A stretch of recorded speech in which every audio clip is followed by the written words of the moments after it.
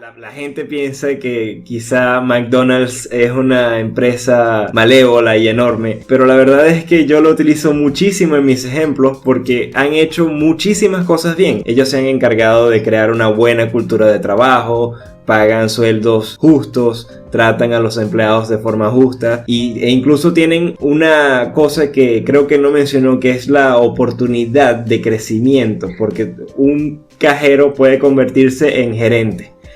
Y eso es independientemente de su edad. Y eso es muy importante para motivar a los empleados, porque pueden hacer carrera dentro de esta industria fácilmente. Y McDonald's ha logrado estandarizar muchísimas cosas que los dueños de restaurantes comunes quizá ignoran y que quizá deberían prestarle mucha más atención, porque obviamente McDonald's está en todas partes. Sí, tenemos la anécdota de que un empleado de McDonald's, en la época cuando se creó, empezó sirviendo hamburguesas como principiante, que nunca había trabajado sirviendo hamburguesas, y llegó a ser presidente de McDonald's. Imagínese usted, cuando la persona que hizo de un pequeño restaurante convertirlo en una franquicia mundial, cuando se jubiló, cuando por vejez ya no podía seguir, ese empleado que había subido cargos poco a poco, a base de años, llegó a ser presidente de McDonald's. Imagínese usted lo que puede significar para un empleado que el propietario le diga: si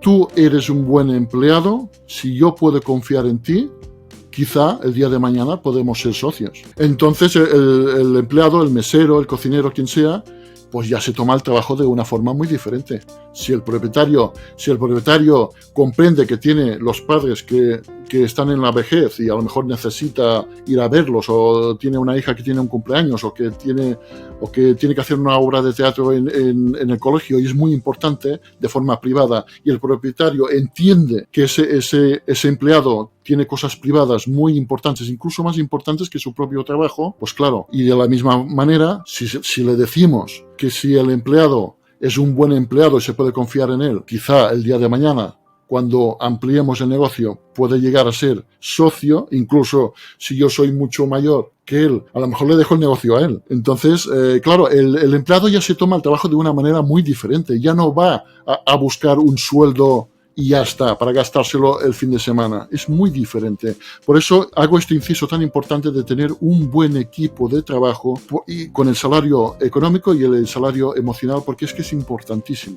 Sí, no, y me parece que otra clave de eso, que todo lo que hemos hablado hasta ahora, es tener a un buen gerente. Un buen gerente que sepa aprovechar las oportunidades, porque las personas que pueden aprovechar esas mismas oportunidades que se le van a brindar son pocas, y porque todo el mundo necesita un trabajo, y puede que necesiten nada más el dinero, o puede que necesiten cualquier cosa. Entonces es importante tener un gerente que sepa leer al empleado, sepa cómo entenderlo y sepa que cómo hacerle entender que si él pone el empeño suficiente, puede llegar a un puesto más alto o puede lograr cosas más importantes, y así. Sí, y es muy importante saber elegir a la persona adecuada para contratarla, porque un error muy típico es contratar a gente que sabe de su oficio, pero no tenemos consideración en saber cómo es psicológicamente. Es mucho mejor contratar a alguien que no sabe absolutamente nada, que es su primer trabajo, por ejemplo,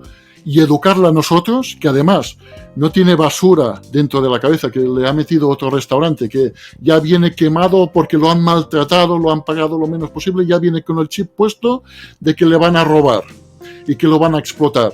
Entonces es mucho mejor contratar a alguien con la cabeza vacía, limpia, y educarlo y escogerlo según sus aptitudes psicológicas y no por sus habilidades. Y escogerlo en base a que sepa evolucionar. Es decir, a lo mejor empieza fregando la cocina, pero puede acabar siendo maître de un restaurante o socio del dueño o lo que sea. Pero decírselo desde un primer momento y saber escoger a la gente, ¿de acuerdo? Por sus aptitudes psicológicas y no por sus habilidades o por lo que sabe hacer en ese momento. Porque a lo mejor es lo que hemos dicho antes, estamos metiendo al enemigo en casa. Sí, correcto. Y por eso es que pasa el robo hormiga, y por eso es que pasa las malas juntas dentro del trabajo, y se contaminan entre ellos mismos, y es un problema muy Exactamente. grande. Sí, sí. Exactamente. Es que además no solamente estás metiendo a un empleado malo, sino que además te contamina muy bien, sí señor, estoy totalmente de acuerdo, te contamina todo el equipo y eso es que es brutal. Entonces,